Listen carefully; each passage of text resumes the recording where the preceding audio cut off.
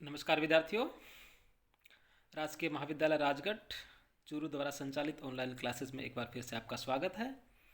अगर आपने अभी तक हमारे यूट्यूब चैनल CCE राज GCR चूरू को सब्सक्राइब नहीं किया है तो सबसे पहले आप हमारे चैनल को सब्सक्राइब कीजिए ताकि आप हिंदी साहित्य के साथ साथ अन्य विषयों का अध्ययन कर सकें और साथ ही अपने और साथियों को भी यूट्यूब चैनल से जुड़ने के साथ साथ व्हाट्सएप ग्रुप से भी जुड़ने का भी आप उनके पास मैसेज दे सकते हैं ताकि आपके साथ साथ आपके साथियों का भी भला हो सके, वो भी ऑनलाइन क्लासेस में अध्ययन कर सकें। पिछली कक्षा में हमने रीतिकालीन कवि गिरधर कविराय की कुंडलियों का अध्ययन किया। गिरधर कविराय जी के जीवन परिचय और कुंडलियाँ क्या है इसके बारे में हमने अध्ययन किया। आज की इस क्लासेज में हम उनके 2 कुंडलियों का अध्ययन करने जा रहे हैं, कुंडलिया संख्या 4 और कुंडलिया संख्या 5। तो देखिए क्या है कुंडलिया संख्या 4 में। देखिए, दाड़िम के धोखे गए सुआ नारियल खाए, खाए न पायो नेक कछु फिर लाग्यो पछतान। फिर लाग्यो पछतान बुद्धि अपनी को रोया, निर्गुणन के साथ बैठी अपने गुण खोया। कहे गिरधर कविराय सुनो हो मोरे नाखे, गयो झटा का टूटी चौंक दाड़िम के धोखे। तो देखिए क्या है, दाड़िम के धोखे गयो सुआ नारियल खाए। कवि कह रहे हैं कि नारियल को दाड़िम समझकर तोता उसे खाने के लिए गया, परंतु वह उसे थोड़ा सा भी नहीं खा सका। तब वह पछताने लगा। दाड़िम के धोखे गयो सुआ नारियल खाए। दाड़िम के भरोसे, अनार के भरोसे तोता नारियल को खाने के लिए गया दाड़िम समझ करके। खाए न पायो नेकु कछु, परंतु वह उसे थोड़ा भी नहीं खा सका। फिर लागे पछतान, और वह पछताने लगा। फिर लागो पछतान बुद्धि अपनी को रोया, और वह अपनी कुबुद्धि और अपने भ्रम पर रोने लगा। निर्गुणियन के साथी बैठी अपनो गुण खोया। इसी प्रकार निर्गुण व्यक्तियों के साथ बैठने से गुणी व्यक्तियों के गुण भी समाप्त हो जाते हैं और उन्हें अंत में पछताना पड़ता है। कहे गिरधर कविराय सुनो हो मोरे नाखे, गयो झटा का टूटी चोंच दाड़िम के धोखे। और क्या हो रहा है, गिरधर कविराय कह रहे हैं कि तुम मुझसे यह बात अच्छी तरह सुन लो कि तोता जब नारियल खाने की कोशिश करने लगा और उसने उसे ही दाड़िम समझकर उसकी चोंच से उसे तोड़ने की कोशिश की, तो क्या हुआ, एक ही झटके में उसकी चोंच टूट गई। कहे गिरधर कविराय सुनो हो मोरे नाखे, गयो झटा का टूटी चोंच दाड़िम के धोखे। और कवि कह रहे हैं कि दाड़िम समझकर अपनी चोंच से उसे तोड़ने की कोशिश की तो एक ही झटके में उसकी चोंच टूट गई। इस प्रकार मूर्ख के साथ बैठने से गुणी व्यक्ति का भी बुराई होता है, अतः मूर्खों के साथ मेल मिलाप नहीं रखना चाहिए। ऐसा हमें गिरधर कविराय नीति परक कुंडलियों के माध्यम से कह रहे हैं। तोते के उदाहरण से कवि ने विवेकशील बनने के साथ साथ सुबुद्धि रखने की भी हमें सलाह दी है और निर्गुणियों का साथ न देने का भी संदेश दिया है। पद संख्या 5 में हम देखते हैं, भूलो चातक आई के, घटा धुआं को देखी, और यह जानी जस जलज है बादर श्याम बिसेखी।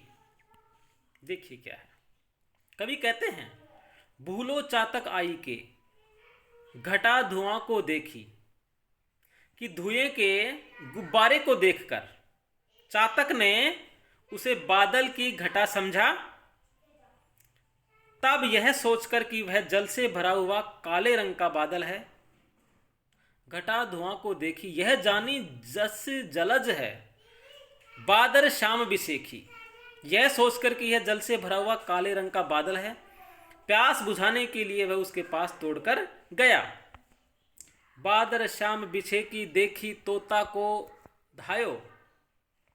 और क्या होता देखिए, प्यास के कारण वह उस धुएं के पास जो ही पानी पीने के लिए गया तो आपत्ति में फंस गया।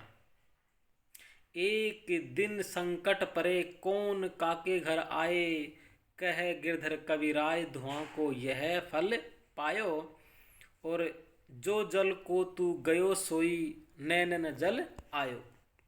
और प्यास के कारण वह उस धुएं के पास जो ही पानी पीने के लिए गया तो आपत्ति में फंस गया। गिरधर कविराय कहते हैं कि उसे अपनी गलती का फल मिल गया। चातक पानी पीने गया था परंतु धुएं के कारण उसके नेत्रों के आंसुओं का पानी टपकने लगा। धुएं के बीच में जाने से आंसू आ जाते हैं। इस स्वाभाविक बात को चमत्कारिक ढंग से कवि गिरधर राय ने प्रकट किया है। साथ ही अनुप्रास के साथ साथ भ्रांतिमान अलंकार का भी प्रयोग हुआ है। क्यों? देखिए, भ्रांतिमान अलंकार कहाँ होता है?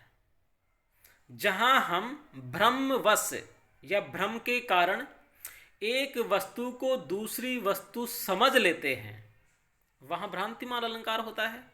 यहां चातक ने धुएं के बादल को क्या समझा, या धुएं के गुब्बारे को वह बादल समझ रहा है, तो किसके कारण? भ्रम के कारण। तो यहां भ्रांतिमान अलंकार है। तो इस तरह से आज की इस कक्षा में हमने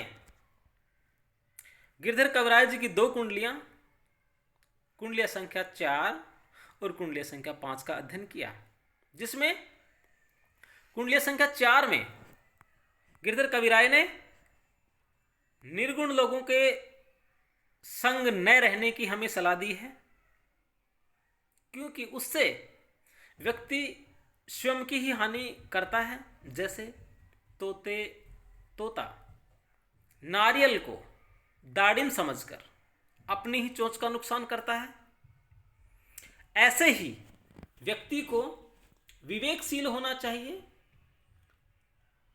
सुबुद्धि रखनी चाहिए। कुंडलिया 5 में हम देखते हैं कि गिरधर कविराय जी ने व्यक्ति को विवेकशील और वही बुद्धिमान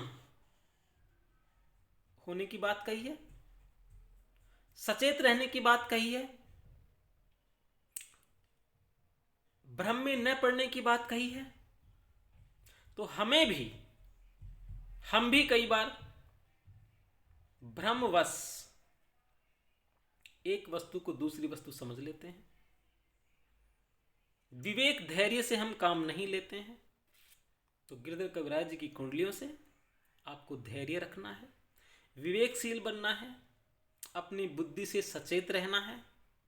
साथ ही देखिए, चौथे पद में एक बात कही थी, निर्गुणन के साथ बैठी अपनो गुण खेयो, कि अगर निर्गुण व्यक्तियों के साथ रहोगे तो गुणी व्यक्ति भी अपने गुण खो देगा। इस तरह से हम देखते हैं कि गिरधर कविराय जी ने इस पद में, पद संख्या 5 में, वही भ्रम वश जब चातक पक्षी धुएं के गुब्बारे को बादल समझ लेता है,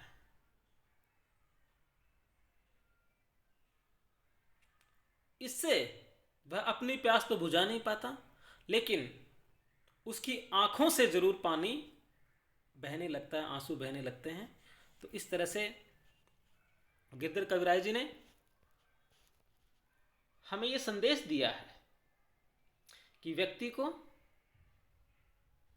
विवेकशील होना चाहिए, धैर्यशील होना चाहिए, और भ्रमवश किसी भी वस्तु को प्राप्त करने में व्यक्ति को जल्दबाजी नहीं करनी चाहिए, शीघ्रता नहीं करनी चाहिए। ऐसा संदेश गिरधर कविराय जी हमें अपनी कुंडलियों के माध्यम से दे रहे हैं। अगर आपको हमारा ये वीडियो पसंद आया है तो लाइक करना न भूलें। साथ ही अपने अन्य साथियों को भी हमारे व्हाट्सएप ग्रुप से, साथ ही महाविद्यालय के चैनल जिसको मैं हर कक्षा में बताता जा रहा हूँ, CCERAJGCR